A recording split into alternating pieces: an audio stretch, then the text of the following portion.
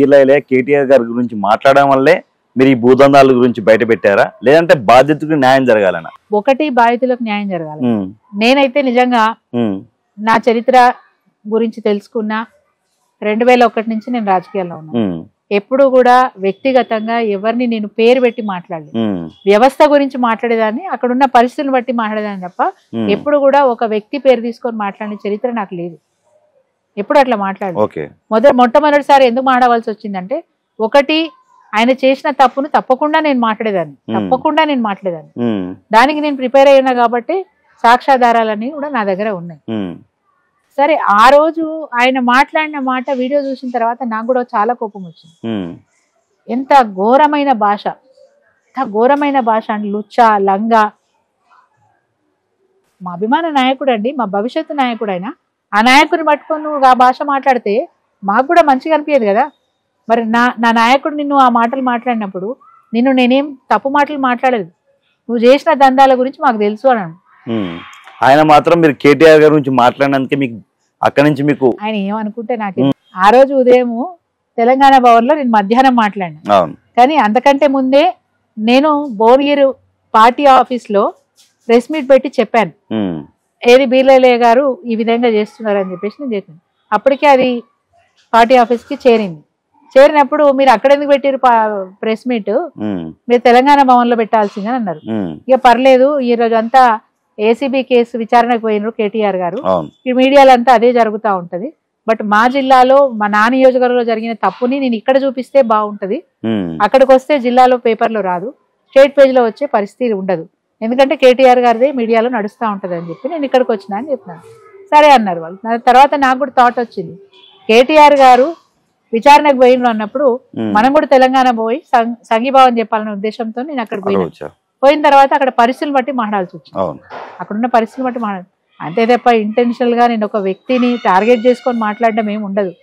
But ఇప్పుడు తప్పకుండా ఆయన టార్గెట్ చేసుకోవాలి. నేను నన్ను ఎప్పుడైతే పిచ్చిది అన్నాడు, నన్ను ఎప్పుడైతే ఎర్రగడ్డ ఆసుపత్రికి రెఫర్ చేస్తా అన్నాడు, మరి ఆ పిచ్చి ఏందో చూపించాలి కదా.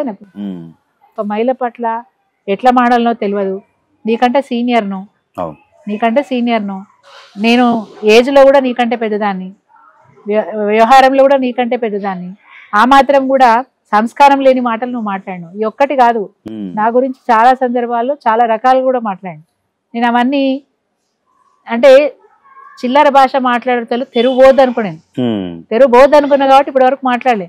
ఇప్పుడు తప్పనిసరి పరిస్థితి తీసుకొచ్చినారు కాబట్టి మాట్లాడవలసిందే. మీరు ఒక్కోటి ఎలిగేషన్స్ బయట తీస్తారా? అన్ని ఎపిసోడ్ గా బయటకు వస్తాయి. మీ సార్ తోనే ఆయనకి సంబంధాలు బాగానే ఉండేదంట. ఎవరికి? బీర్లయ్య గారికి సంబంధాలు ఏం లేవండి. ఆయన వాళ్ళ ఊర్లో పార్టీలు చేసుకునే వాళ్ళని కూడా నేను చెప్తాను. ఆయన ఊర్లో సర్పంచ్ ఎంపీటీసీగా చేసినారు. సో ఎక్కడైనా కనిపిస్తే అన్న నమస్తే అంటే అన్న నమస్తే అంటాము. వెంకట్ గారు ఈ రోజు నాకు పరిచయం అయినారు, ఎక్కడైనా కనిపించి మేడం బాగున్నారా అంటే వెంకట్ బాగున్నారా నేను అడుగుతాను. సంబంధం అంటే ఏంటి? పరిచయం వేరు, సంబంధాలు వేరు, దోస్తాన్ వేరు, అంతే కదా. దోస్తాన్ ఏం కాదు, పరిచయం. మాకు బీర్లయ్యలే కొత్త మనిషి ఏమీ కాదు.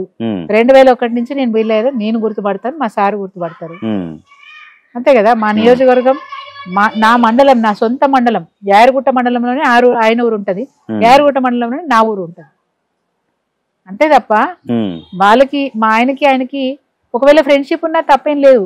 ఎందుకంటే నా నియోజకవర్గంలో నన్ను వ్యతిరేకించే వాళ్ళు వేరే పార్టీ వాళ్ళే మమ్మల్ని ఎక్కువ అభిమానిస్తారు. ఎందుకంటే మేము ఒక నిబద్ధతతో పనిచేసే నాయకులం, మోసాలు చేసేవాళ్ళం కాదు, సీలింగ్ భూముల తెరువు పోయేటోళ్ళం కాదు. మా ఆయన కూడా రియల్ ఎస్టేట్ బిజినెస్ చేసినారు, సీలింగ్ భూముల తెరువు పోలే, అసైడ్ భూముల తెరువు పోలే, ఇల్లీగల్ గా ఏ పని చేయలే. రెండోది, అమ్మే వాళ్ళ దగ్గర కొన్నాము, కొనే వాళ్ళకి అమ్మినాము. ఫెయిర్ బిజినెస్ మాది, ఫెయిర్ బిజినెస్. సో వీళ్ళే వేరే కాబట్టి అట్లాంటి వాళ్ళు తెరువు పోలేదు. కనబడితే మాట్లాడితే బస్ మాట్లాడడం, అంతకు మించిన సంబంధాలు ఏముంటాయి? చూస్తాం. మీరు ఎపిసోడ్ గా ఎప్పుడు రిలీజ్ చేస్తారో మేము కూడా ఎదురు చూస్తా ఉంటాం. వాస్తవంగా నేను బహిరంగ లేఖ కూడా సిద్ధం చేసిన. ఏది బీర్లయ్య గారి తతంగం అంతా కూడా ఎందుకు చేసినాను అంటే, రెవెన్యూ శాఖ మంత్రి గారు భూభారతి గురించి చెప్తూ ఒక మాట అన్నారు.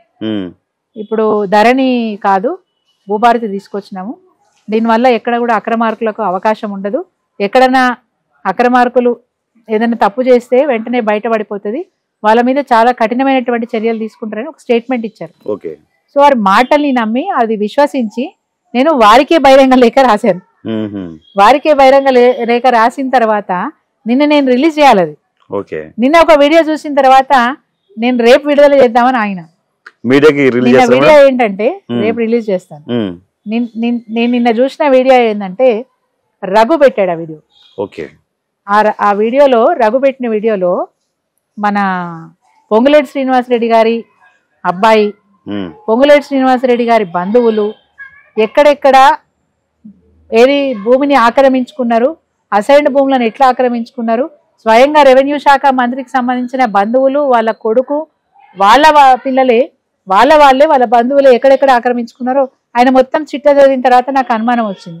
నిజంగా రెవెన్యూ శాఖ మంత్రి గారు దీన్ని పట్టించుకుంటారా, నేను రాసిన బహిరంగ లేఖని పట్టించుకుంటారా అని నాకు అనుమానం వచ్చి ఆగి ఈ రోజు నేనేం ఆలోచన చేసిన అంటే, సరే కాంగ్రెస్ పార్టీ ప్రభుత్వంలో ఉంది కాబట్టి, బీలేలే కూడా కాంగ్రెస్ లో ఉన్నాడు కాబట్టి, మంత్రి గారు కూడా ఇట్లాంటి విషయాలలో ఇన్వాల్వ్ అయ్యారని తెలుస్తుంది అనుమానం. అది ఆయన నిజంగా ఉన్నాడో తెలియదు, ఒక ఛానల్లో వచ్చింది, యూట్యూబ్ ఛానల్లో చూసినాను, నాకు అనుమానం వచ్చి ఇప్పుడు నేనేం చేసినానంటే ఆ బహిరంగ లేఖ అట్లే పంపిస్తాను. దాంతో పాటు మన చీఫ్ సెక్రటరీ గారు కూడా లెటర్ పెడతాను, సేమ్ లెటర్ దీని ప్రతి అని తగు చర్య నిమిత్తం అని చెప్పి వారికి కూడా పంపిస్తాను. తర్వాత ఏం జరుగుతుందో మీడియా కూడా రిలీజ్ చేస్తారు మేడం, రిలీజ్ చేస్తారు. థ్యాంక్ యూ మేడం, మాకు టైం ఇచ్చి ఇంటర్వ్యూ.